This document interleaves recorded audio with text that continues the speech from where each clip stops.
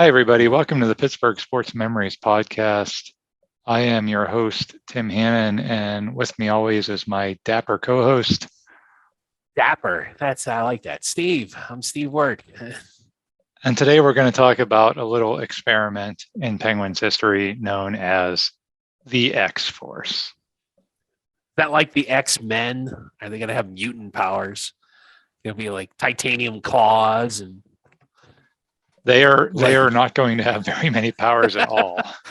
Not even the ability to win a hockey game. Yeah, exactly.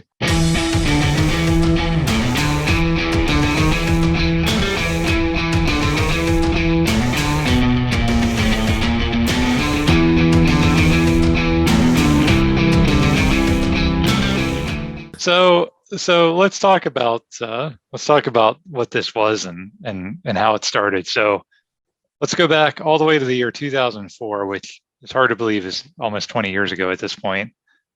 And what happened in 2004 is there, after years and years of rising player salaries and declining revenues, the NHL owners say, we can't sustain this model anymore. We must institute a salary cap or else we're not going to survive.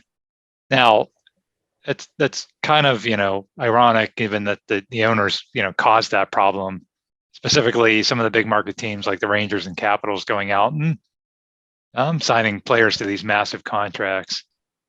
That being said, it made sense. The NFL and NBA had salary caps, and in leagues like the NHL, where it's not as popular as those two leagues, and you had uncertainties like the Canadian dollar, a cap meant that there'd be more parity and more financial stability. But if you're a player, you're not a big fan of that idea, right? Because it means if you're a star player, you might not make as much money. So the players won't agree. The owners lock them out. A very long standoff ensues, one that eventually cancels the entire 2004-2005 season. And then finally, in July of 2005, which is an entire year later, the players and owners agree on a new CBA, which includes a salary cap. It also includes revenue sharing, which the players wanted. But I would say, Steve, that the owners more or less won that labor dispute. So, like, when you get paid in like Canadian dollars, which are called loonies, by the way, is that like monopoly money? Is that like real money? Can you go to the bank and turn it into like real money, or is that like crypto or something where it's not really real money like the dollar? But no, I'm not to make fun of the Canadian dollar, which I think is worth more than our dollar now. But whatever that means. Monetary policy notwithstanding, this had to happen. The NHL it was either gonna be this or the dustbin of history. So they made a wise decision, and I thought the NBA got a cap after the NHL. It was before them. It was before them. Yep. Okay. Well, then that's probably what did it. And I think that after this, they've kind of fallen into the third most popular league now. I think they've solidly kind of marked their place. Like it's NFL, NBA, NHL. So they're definitely solidly behind those two. So yeah, in terms of salary cap leagues, Major League Baseball probably still more popular than the NHL, but I have no stats to prove that. Regardless, when the league does come back, it's a very different entity than when the lockout started. The salary cap means that a bunch of those big contracts have to be bought out. And the general managers around the league, they're having to learn how to manage this new system of having a cap and a floor, right? Because that was another thing is salary floor.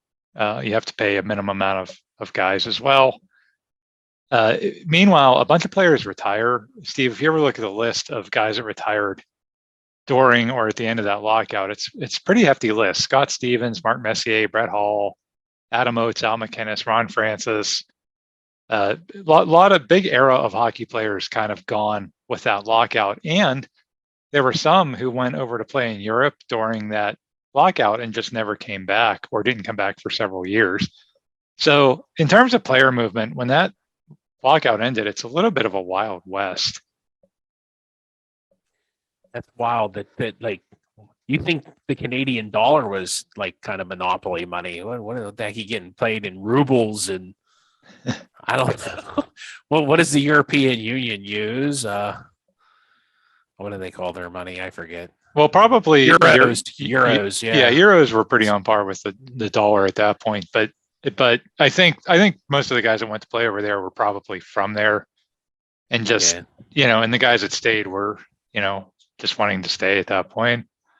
Um, the other thing that happens in terms of the other thing that happens at the end of the lockout is the league also decides they're going to implement a bunch of new rules aimed at generating more offense.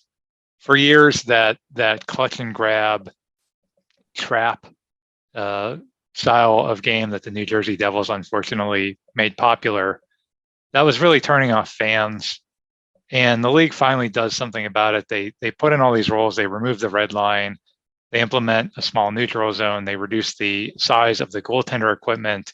They add those trapezoids behind the net, and they even, for fun, throw in a shootout at the end of overtime to eliminate tie games. I was really hoping they would have went with like a rhombus behind the. No, these are great rule changes. It really helped the game. Like mainly, the biggest one was when you say eliminate the red line. I think it's still there, isn't it? They just don't call it. I mean, It's still the physical line is still there because still it has to be there, there for face-offs, but it doesn't you mean don't. anything Well, for puck movement. Yeah, because before it was a 2-line pass, used to be Right. a penalty, and it would go back to the spot of the pass. Right. So now you can pass. That was the whole point of the trap, was you would just stand all your guys right at that red line. Yes. And you could never get by it with any speed because you would have to like try and make a pass from that very condensed area of blue line to red line. So if you stood right there, yeah, it was that was the whole point of the New Jersey trap. So, but once they got rid of that, that definitely alleviated that. Although remember Tampa tried to play like a version of that kind of. So yeah, I mean, teams are going to adjust, but at the time, that was definitely everybody was clamoring for that. Like, if you're going to bring the league back, make it more fun. Well, I think, and the NFL always did a good job of that. The NFL always makes rules that benefit the offense, and the NHL was never adjusted. And this is one of the few times in history that they actually adjusted. Well, the whole thing with soccer and hockey is what's the exciting plays in those sports? It's plays around the net, not plays in the middle of the blue and red line. Now, soccer is different where it's more of a building play. There aren't like 100, it isn't up and down action. It's more of like they build the offense and then you get a scoring opportunity.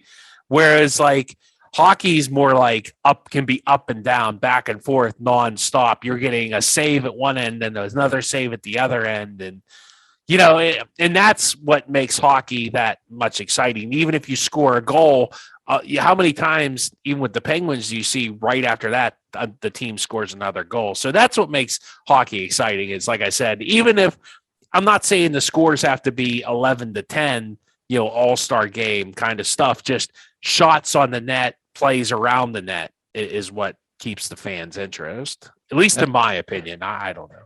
No, you're absolutely right. And I think the league realized that.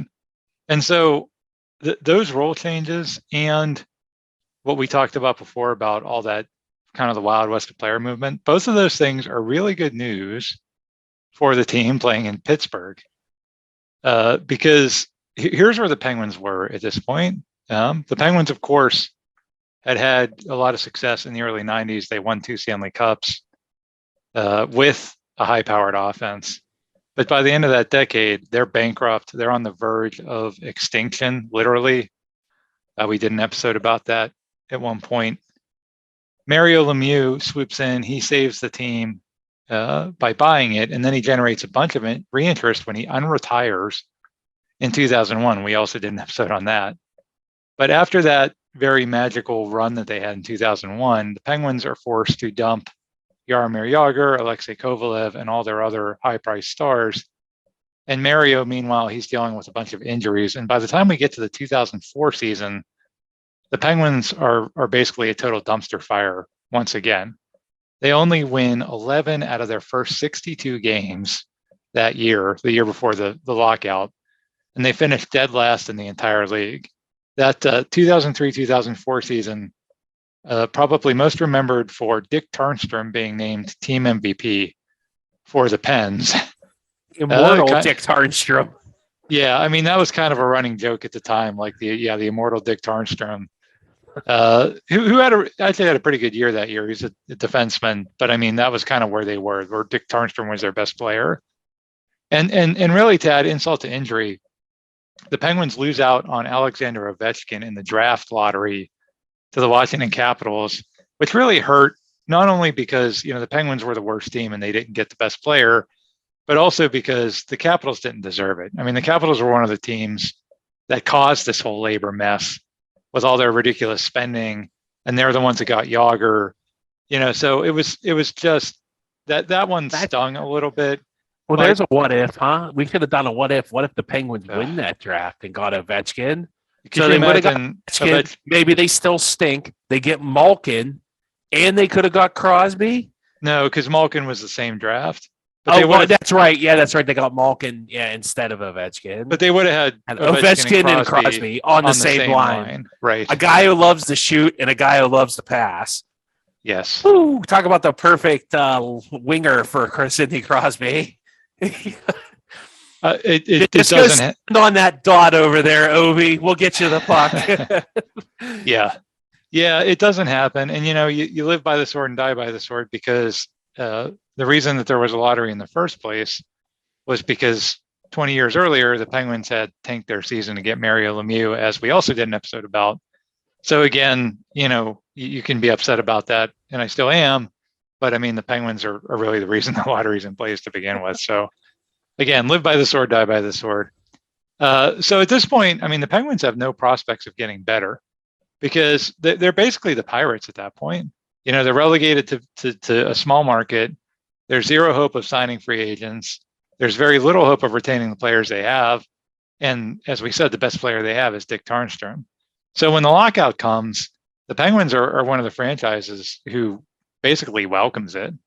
They had come out at one point and said they actually would have lost more money playing that 2004-05 season under the old CBA than they did not playing it at all.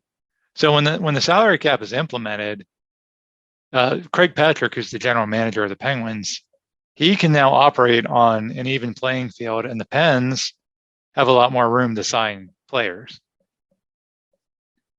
A few weeks after the lockout ends, even more good news arrives. The NHL announces that since there was no season, the 2005 draft order will be settled by a lottery, which includes every team. And shockingly, the Penguins win that lottery. And it's huge, because the player everyone wants at the top of the draft is a 17-year-old kid from Nova Scotia by the name of Sidney Crosby.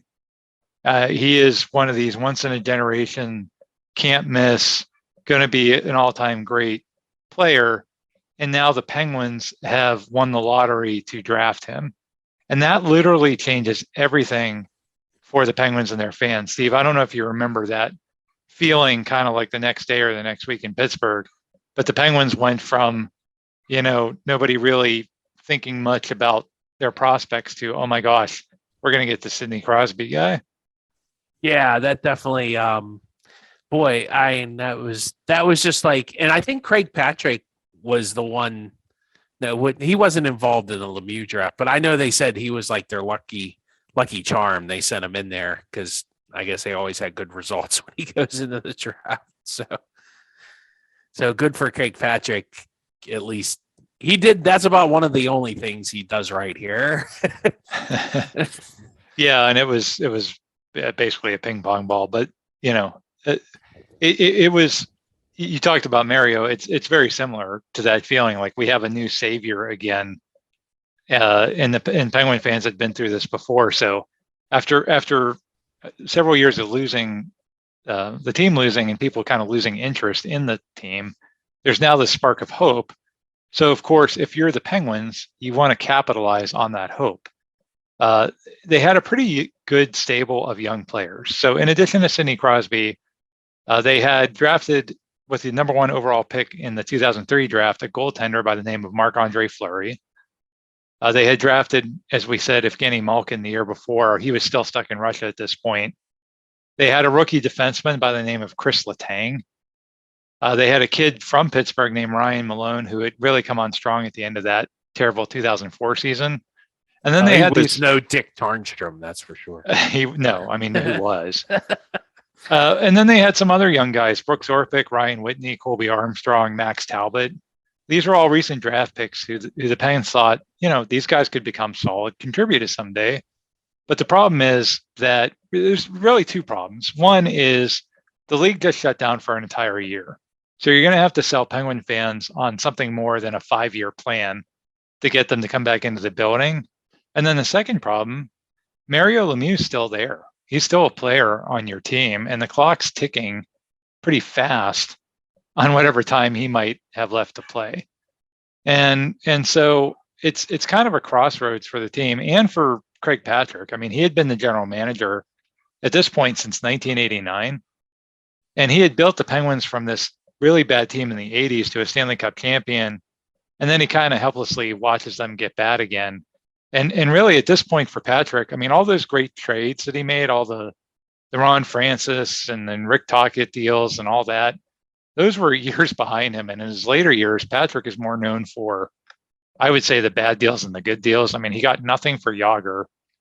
Everybody remembers that.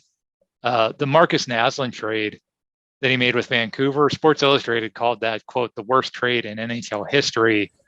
I think that's a little dramatic, but the point being that, Craig Patrick at this point didn't have a lot of success recently. Would you agree, Steve? Yeah. Who do we got like some defenseman from Jagr, didn't we? Like we got Chris Beach. Yeah, and two other guys who I can't remember. Gosh. It was just, that was ugly. And the Marcus Naslund trade was a pure salary dump, wasn't it?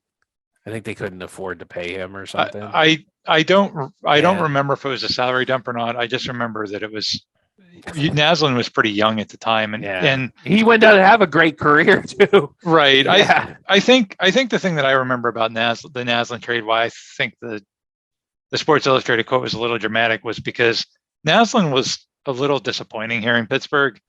He was one of those guys. He was kind of like Alexei Morozov, like one of those guys that you thought, boy, you can see that he's really talented, but then he gets on the ice and he doesn't really do it. And now did they give him enough time? Obviously not, because look what he did in Vancouver. But yeah, I mean, regardless, Craig Patrick, not known as a great GM at come 2005. So this is a chance for him to kind of revive his legacy as well. So given those factors, right? You have a GM that wants to revive his legacy. You need to get fans back in the building, and Mario's almost, at the end of his career. Like I said, you can't really sell people on, hey, we're going to be good in 4 years, right? So the Penguins do something really unorthodox. They go out and they attempt to build a team that can win right now. And that's possible because of the aforementioned salary cap and Wild West scenario. And the Penguins are one of the few teams not trying to shed players to get under the cap, right? A lot of these other teams are out there trying to buy out contracts, trying to make trades, trying to get under the cap. The Penguins, with Dick Tarnstrom as their best player, they have a lot of room to operate. And so they start making some moves that really raise eyebrows. And I'm going to walk through some of the moves they made. One of the first ones was they signed Mark Recchi. And what better way to get the fans excited than bringing back a guy that was a legend on the 91 team. He had won the Stanley Cup with the Pens back in the 90s. He was a 7-time All-Star. And now he's back in Pittsburgh, the Wrecking Ball. Everybody loved Mark Recchi, so he's back in Pittsburgh. So that was the first big signing. Then they go out, they sign a defenseman named Sergei Gonchar. And Penguin fans were pretty familiar with Gonchar. He had spent 10 seasons with Washington and had competed a lot against the Penguins in both the regular season and a ton of playoff series. So everybody kind of knew who Sergei Gonchar was. He was a really good puck-moving defenseman. The Penguins, if you look at if you look at the eras of success in Penguin history, they always had good puck moving defensemen. It's almost like the equivalent of the Steelers having like a dominant safety. You know, they had Larry Murphy when they won the Cup in '91 and '92. That really good '96 team that almost made it to the finals. They had Sergei Zubov. Some of the recent teams, you know, they had Letang. So Gonchar was a big signing as well. They went out. They also signed a guy named Andre Waugh, who was an enforcer who they kind of brought to protect the Stars. He had just won a Stanley Cup with Tampa Bay. They went out and signed Ziggy Palffy. Ziggy Palffy was a 5-time All-Star. He was a great goal scorer. I mean, that guy was just he was. I don't want to compare him to Ovechkin because he wasn't as good as Ovechkin, but you talked about like you said, Steve. Horrible. It was horrible. Well, let's talk about Palffy at this point. Yeah. I mean, because with the Kings, he played for the Los Angeles Kings, and the Kings actually tried to sign him back, but he wanted to go play with Mario Lemieux. Like he respected Mario Lemieux so much, he came to Pittsburgh for that reason, so he could play with Mario. And at this point in his career, I mean, again, guy was a great goal scorer. So that was huge. I remember that one probably being the most excited about because Ziggy Palffy was a great player. They went out and signed a goaltender named Jocelyn Thibault. That was actually a trade with Chicago to get Thibault. He was a veteran, probably most known for being the guy that Colorado traded to Montreal for Patrick Waugh after Waugh famously quit on the Canadiens. But he had some good seasons. He had actually just made an All-Star game 2 years before this. So that was a good, you know, you wanted a goaltender. They had Fleury, but Fleury was still very, very young and still very raw. So if you're going to build a team of veterans that was going to contend now, you wanted to have a goaltender that was experienced, and that's what they got in Thibault. Lyle Odeline, Cornelius. Remember Cornelius, Steve? Lyle Odeline was a gritty defenseman. The reason that we know him as Cornelius is because when he played for the New Jersey Devils, he and Matthew Barnaby, when Barnaby played for the Penguins, got in a very famous feud where Barnaby called him Cornelius from Planet of the Apes, and they were like insulting each other's wives. It was pretty ugly. But Matthew Barnaby's gone at this point, so Lyle Odeline comes to Pittsburgh. Guy was 37 years old, but he was a good leader, good locker room presence. He had been the first ever captain of the Columbus Blue Jackets. So if you have an expansion team and you pick this guy to be your captain, obviously that says a lot about his leadership skills. Penn thought, you know, he probably still has something left. He'll be a good influence on the younger guys. And then last but not least, they signed John LeClair. That's another one. That I don't know. This is like a contest between who's worth, him or Ziggy Palffy. I'm not sure which one was worse. John LeClair was a 5-time All-Star, and he was, of course, best known for playing on the Legion of Doom line with Eric Lindros in Philadelphia. He was this guy that just killed the Penguins for years. He was huge. He would just stand in front of the net. You couldn't move him. And the Penguins signed John LeClair. And that's a great player in a clutch and grab league, Tim. It's a great player in a clutch and grab league. But do you see the problem with that philosophy? For sure. Yeah. For sure. I mean, so all these guys, that's a lot of guys to bring in one off season, right? I mean, they dramatically overhaul the roster and sign all these guys, and most of them are north of 30. LeClair specifically was 36, but you know that doesn't mean that they're going to automatically suck. I mean, you have a lot of sports stars who are great after age 30. You think of like Tom Brady or LeBron James, and then even in hockey, Joe Sakic was the league MVP in his 30s. Nicholas Lidstrom won all 7 of his Norris trophies after age 30. So being in your 30s isn't a death sentence in hockey. And, you know, you mix these guys in with Sidney Crosby and some of those younger players we talked about, and all of a sudden you have some raised expectations, and then you still have Mario Lemieux, at the head of the whole thing. So now the Penguins have a hook to sell the fans on, right? All of a sudden, this is not a team that's rebuilding. This is a team that can win right now. And they decide that, they need to do some branding. And they come up with this. Amplified energy, devastating hits, captivating moves, and bigger things are lurking. You know the feeling. Encounter the experience. Join the X-Force October 25th for UPMC Penguins Team Calendar Night when the Penguins take on the Florida Panthers. The X-Force. You get a UPMC calendar. Do you still have it from like 2005? I do not have the UPMC calendar. I wonder who was on the UPMC calendar. Was it Jocelyn Thibault? It may have been. Dr. Zayas? No, I don't know. So yeah, they come up with this branding and they call these group of guys the X-Force. Why the X-Force? I have no idea. There was this trend in the 1990s where the letter X was very popular. You had, the X-Files and the X Games and Generation X. And even in Pittsburgh, you had a radio station called 1059 The X. So something about the letter X was very popular. Now, this was 2005, which wasn't quite the heyday of the letter X. It was past its prime. We're on the letter Y. But clearly, the Penguins marketing folks grew up in the 90s because they come up with this thing called the X-Force. It has no rhyme or reason, but it just sounds cool, and they can have the X like explode into a logo in that commercial. So that was the hook. And I gotta admit, I bought into it, Steve. I got season tickets that year. I was excited about the X-Force, and I thought, man, we're gonna have a good team. What did you think at the time? I thought the same thing. I thought they were going to be good. I thought they at least make the playoffs. So let's talk about how they did.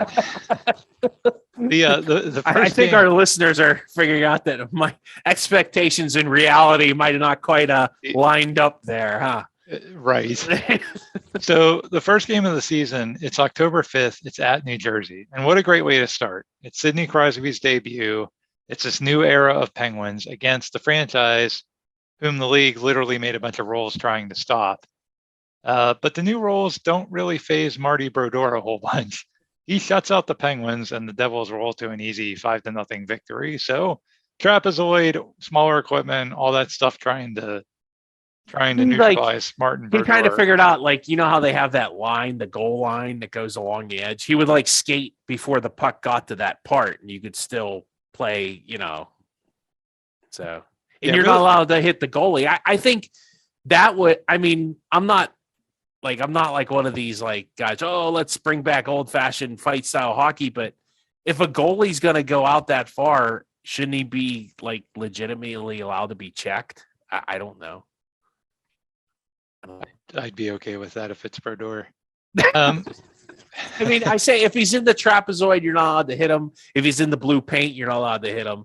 But if he's going to skate all the way to the edge like Brodeur used to do that to intercept the puck, then he's just like any other player at that point. But hey, that's just me and maybe a handful of Canadians that probably think that. So, so yeah, disappointing opening, losing 5-0. The Penguins dropped their second game as well in Carolina. But then they come back to the Mellon Arena to face the Boston Bruins. Fans were really psyched for this game. It's the first hockey game in Pittsburgh in 2 years. It's the debut of this new team. I actually took a grainy video from my seat at Mellon Arena that night of Crosby's first shift. We'll put a link to that on our website. And I took that video from my seat, kind of figuring, I bet this is the start of something special. And it starts out as a pretty special night for the Penguins. Mario Lemieux scores twice. Zygmunt Palffy scores. And then in the second period, this happens. Crosby looking. Loose in front. Still a loose puck picked up by Ricky. Shoots and scores. I think it was Crosby. Crosby does get the goal. And Sidney Crosby has scored his first goal ever in a Pittsburgh Penguins uniform. Oh, slap me silly, Sidney. That was memorable, at least. It was. Crosby's first ever goal was a power play goal from Recchi and Palffy. The Penguins light up the scoreboard that night. This is exactly what we all wanted from the X-Force. Take advantage of these new roles, play that 1990s style of Pens hockey. The Penguins end up scoring 6 goals that night. They have a commanding 6-4 lead in the third period. Everybody's going to celebrate, but Boston comes back. They score 2 goals to tie the game. And then former Penguin Glenn Murray scores the game winner in overtime, and the Penguins lose the home opener. It's really disappointing given the energy that night, but it also puts the Penguins at 0-3. And things kind of fall off the rails from there. The Penguins end up dropping their first 9 games. Now, several of those are in overtime or shootout, so they still at least get some points. But still not a good way to start. I mean, that's almost 10% of the season gone, and you literally don't have a W yet. And even worse, that these X-Force guys who were supposed to make the team so much better just aren't producing. The Penguins in those 9 losses are outscored 43-26. And remember, 6 of those 26 goals came in that one game against Boston. So literally in the other 8 games, they only scored 20 goals, which is not really a good path to victory. They're also very bad defensively, especially Thibault. He's really struggling in net. Things do pick up a little bit as the team heads into November. On November 11th, Crosby beats Josie Theodore of the Montreal Canadiens to win his first career shootout. And then November 16th, the Penguins are playing the Flyers. And in that game, Crosby gets 2 of his teeth knocked out by Darian Hatcher. And then later in the game, he gets high-sticked in the face. But don't worry, the referees do call a penalty. They call it on Sidney Crosby for unsportsmanlike conduct for being upset about his teeth being knocked out and a stick whacking him in the face. Because that's the NHL. It's a garage league. Well, and that's how they operate. I think his face got in the way of that stick. Yeah, I mean, why? What was his face doing there to begin with, right? Yeah. Why was his face even in Philadelphia? I don't know. Yep, and it's the start of a trend for Crosby. I think he realizes that night that the league is going to, unlike every other sports league, is going to do nothing to protect its stars. They would rather see thugs like Darian Hatcher take him out. So what can you do? Well, the best revenge is to do this. Now Malone protects and sails it ahead, and here's Crosby on a breakaway. The game on his stick. Scores! Sidney Crosby in overtime, and the Penguins have won the game 3-2. Very nice. Very nice. Beating Philadelphia in their own building in overtime. Yep. And that would be really a lot of like years long trends begin in this game. Crosby not getting protected, Crosby and the Flyer fans hating each other, and then Crosby, pretty much owning Philadelphia as well. So that all began in that very first game with Philadelphia. So pretty memorable.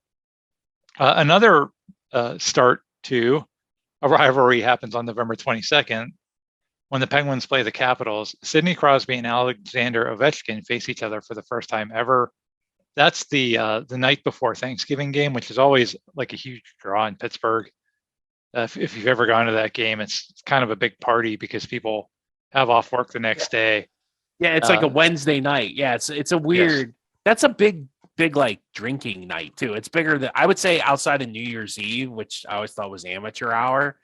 That's probably that's an underrated night for whatever reason.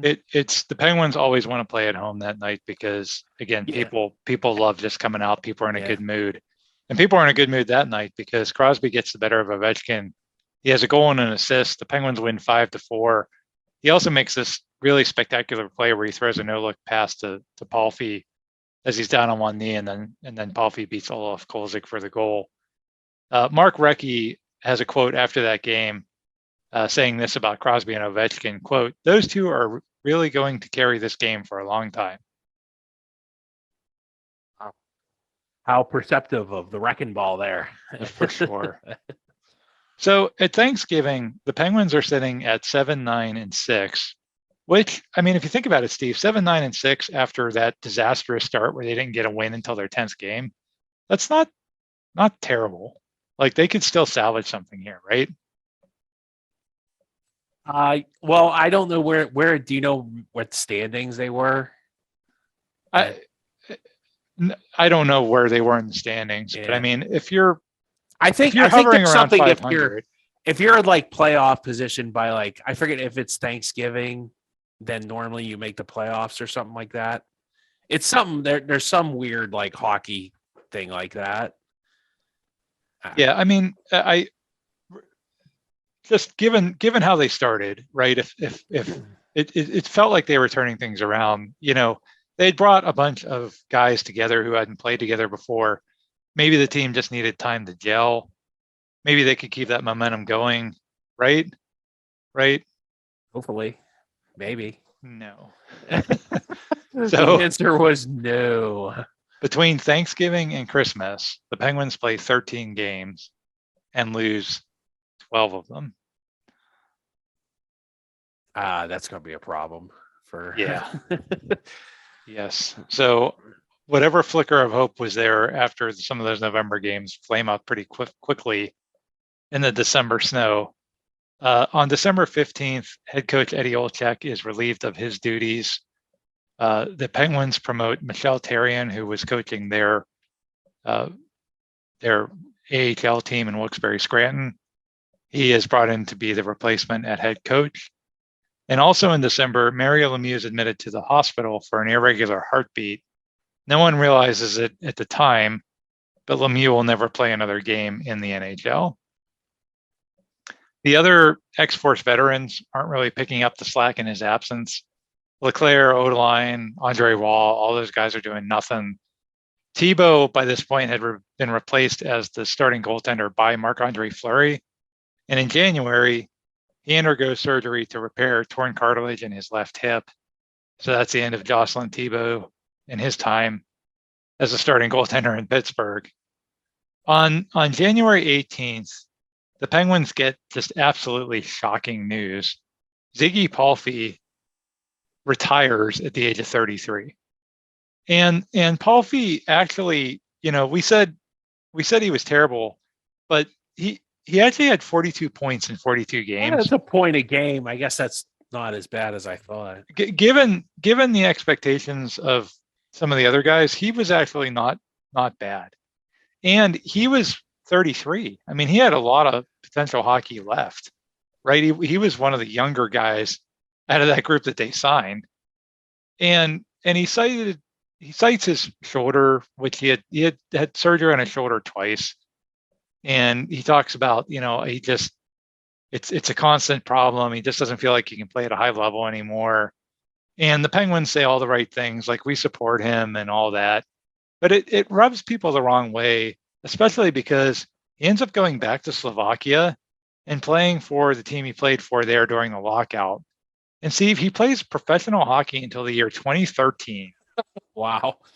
Whoops. And he even competes for Slovakia in the 2010 Olympics in Vancouver. Wow.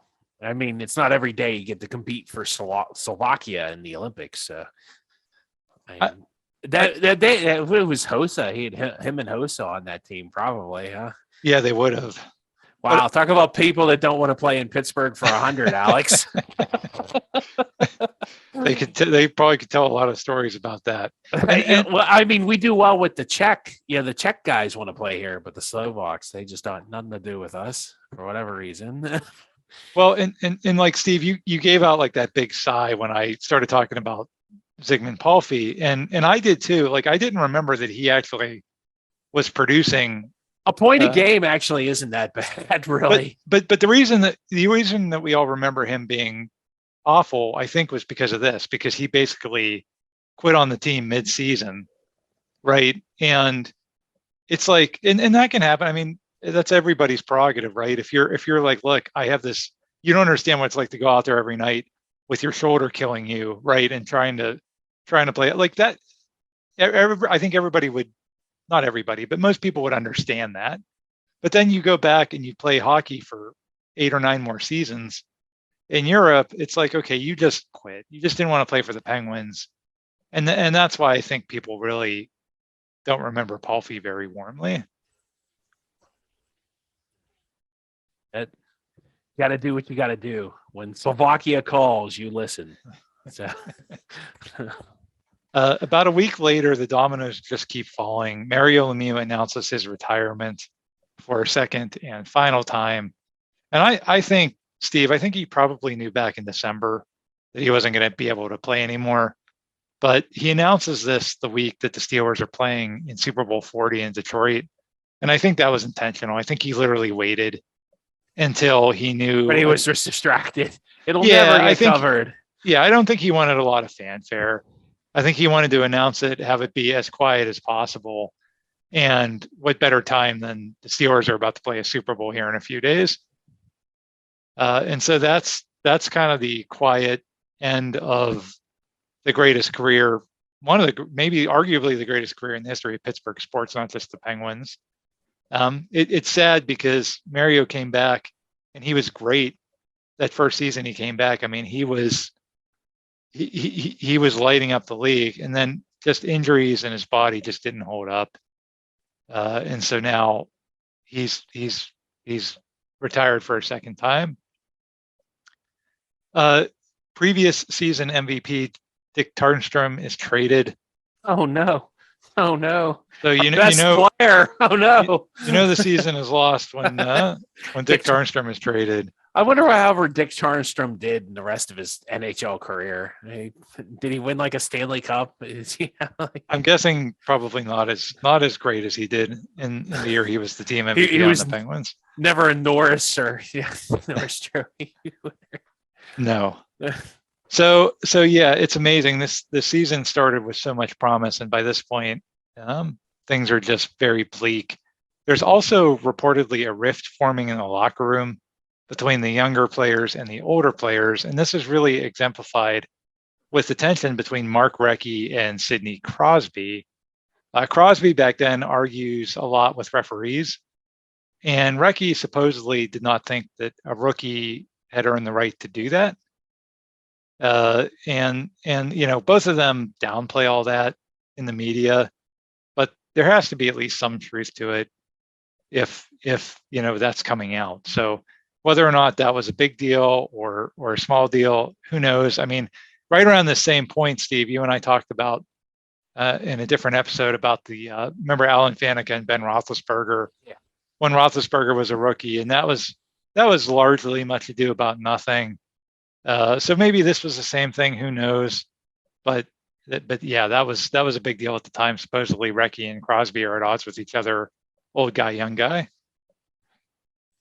Yeah, well, sometimes you got to tell them youngins what's up. So, but that's people still call him Sidney Crybaby to this. I've heard that on the internet and stuff. So I guess maybe that reputation still follows him a little bit. It does, and he did chirp a lot at the referees, especially earlier in his career. I think he matured a little bit after that. But I mean, again, you can say it was immaturity or that he shouldn't have done that. But like we said earlier in the episode, he was getting his teeth knocked out because the league just had no interest in protecting him. So it wasn't like it was unwarranted. Anyway, Recchi is ultimately traded to the Carolina Hurricanes at the trade deadline. I don't think it was because of the tension with Crosby. I think it was just because by that point the Penguins are sellers and not buyers, obviously, in the trade market.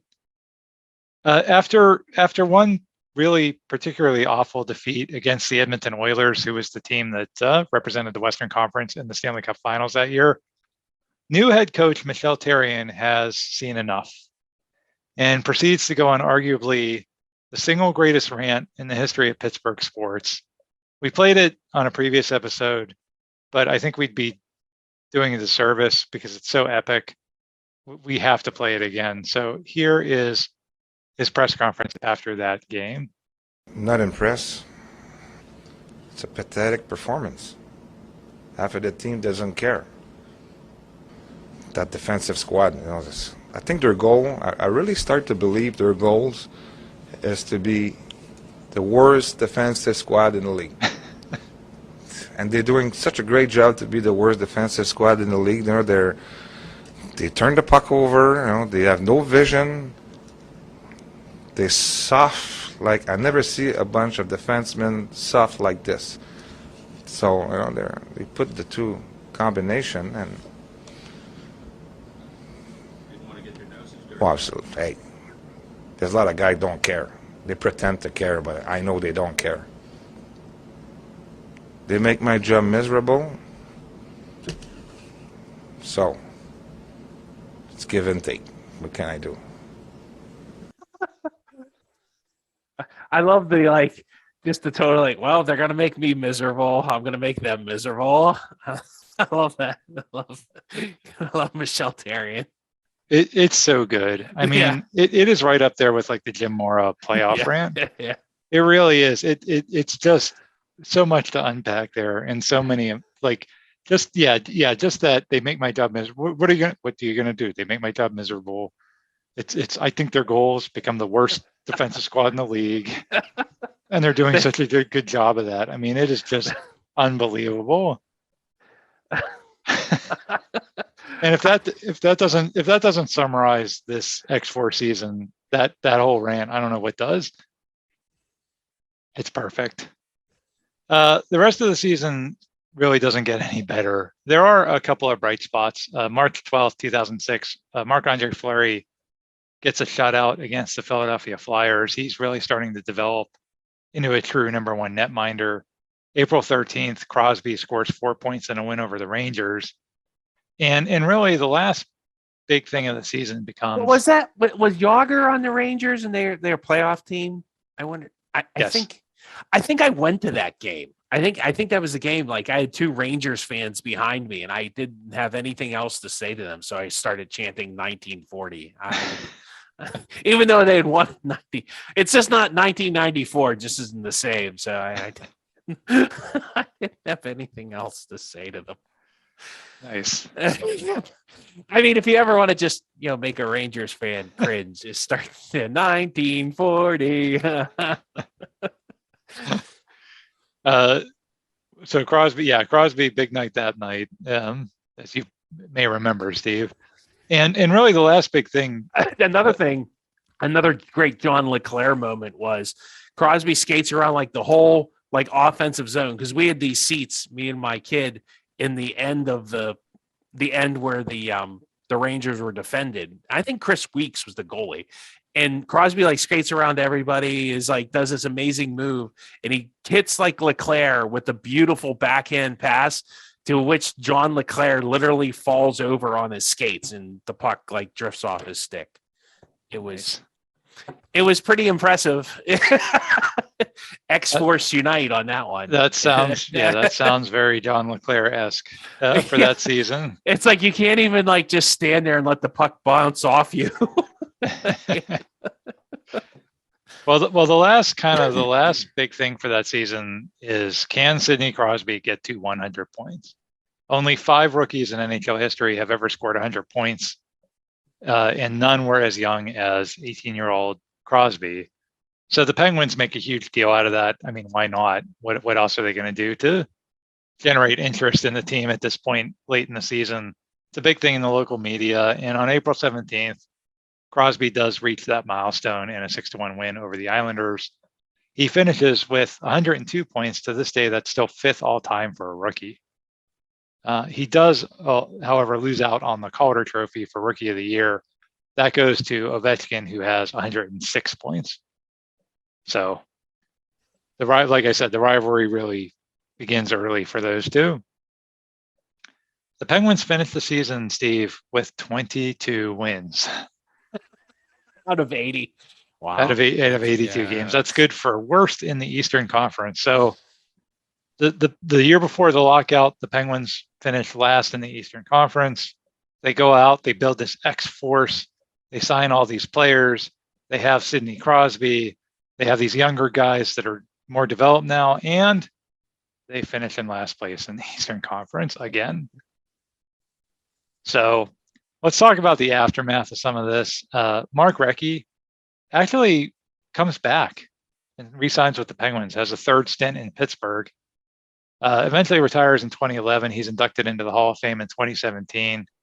Did he and Crosby ever mend fences? Well, I mean, he did come back to the team, so there's no way Mario Lemieux, as the owner, brings him back if he and Crosby's relationship are as toxic as everybody made it out to be.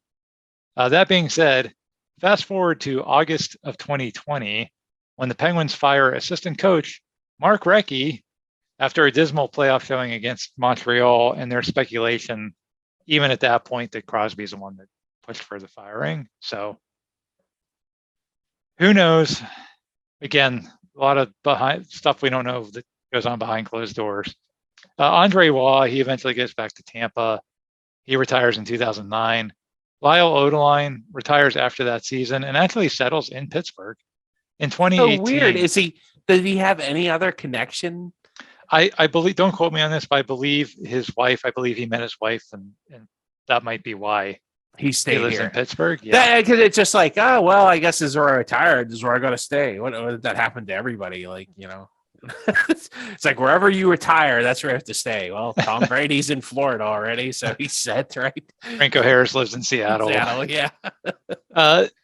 It's a good thing he does stay in Pittsburgh, though. In 2018, he gets this really rare blood infection and almost dies. Allegheny General Hospital does this miracle surgery on him where they replace his heart valve, kidney, and liver all in the same procedure. And he actually makes a full recovery. We'll link there's a whole like medical miracle like documentary story on that that you can watch on YouTube. So pretty amazing story that AGH did there too to save the life of Lyle Odeline. Good for him. Yeah. John LeClair. John LeClair plays in just 21 games for the Penguins in 2006-07 before being released and then retiring.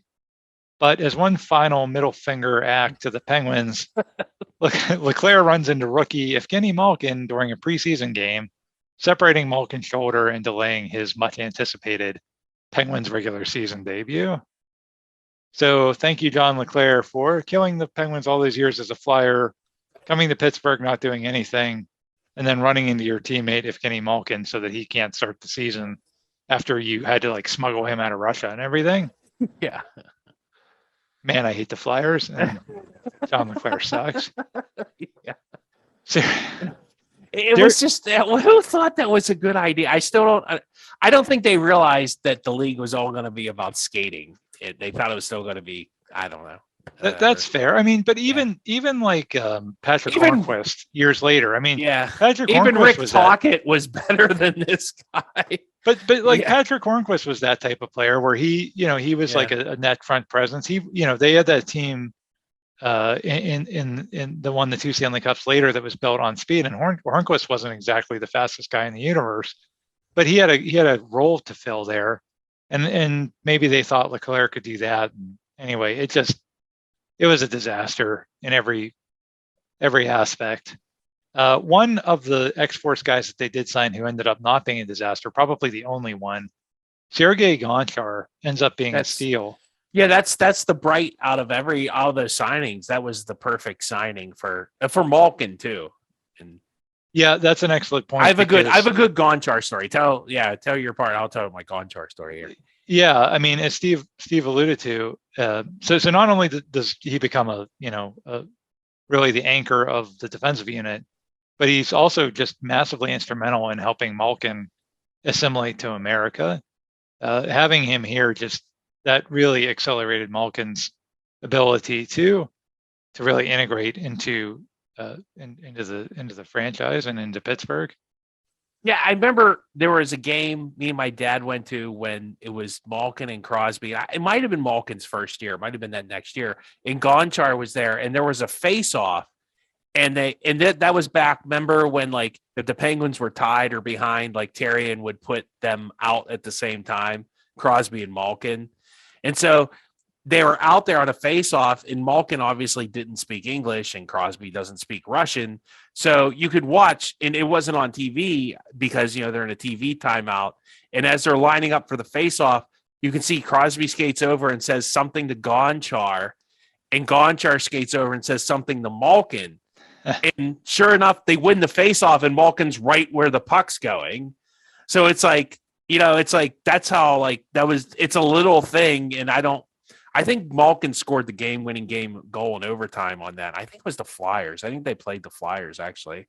And I remember, Malkin being thinking, oh, wow, it's good we have Gonchar to really, like you said, get Malkin into the, now he's just a complete jokester. Yeah. Now you can't get him to be serious, but once he learned English, he's a wild one. That Yevgeny. He is. Yeah. So that was the one signing. That was, like you said, the one bright spot. The X-Force is remembered today as a complete failure. Obviously, it cost Craig Patrick his job after 17 seasons as Penguins general manager. It cost Eddie Olczyk his job. Mario retires. I mean, it's just a total disaster. But off the ashes of the train wreck, the Penguins end up building a dynasty. Ray Shero is hired as the new general manager, and Crosby and Gonchar and Fleury, Malone, Therrien, a bunch of the other guys from this team would just 2 years later, 2 years after the disaster of finishing last in the Eastern Conference, lead the Penguins to the Stanley Cup Finals, and then 1 year after that, hoist the cup for a third time, defeating the Detroit Red Wings in a 7-game series. So they made was that the year they made the next year they made the playoffs, or? So the next year they made the playoffs. They were eliminated and lost to Ottawa in 4 or 5 games. Yes. That's unbelievable. They went from worst team to making the playoffs to making the final and then winning the cup. That's right. Yeah. Yeah, that's amazing. I remember I went to the game. My dad's pretty astute about hockey. He said, this team's going to be good. You could just tell it was coming together, so. Yeah, they had something there. They tried to rush it because of Mario being at the end of his career, because of the lockout and trying to get fans back. And that didn't work. But once they abandoned that strategy and decided, okay, we got to build with the guys we have that are young, it worked. It worked, and they won a Stanley Cup, and they went on to win 2 more Stanley Cups with a lot of the same core. So what can you say? I mean, the X-Force was a disaster, but again, out of it came some really good teams and championships. Steve, any last thoughts or memories of the X-Force? John LeClair sucks. Go back to Philadelphia, please. I couldn't have said it better myself. Thanks, everybody. Thank you so much for listening. We really appreciate it. Please subscribe wherever you listen to your podcasts. Please tell your friends. Check us out on social media or on our website, and give us a rating on your podcast service if you feel led to do so. Thank you, and we will see you next time.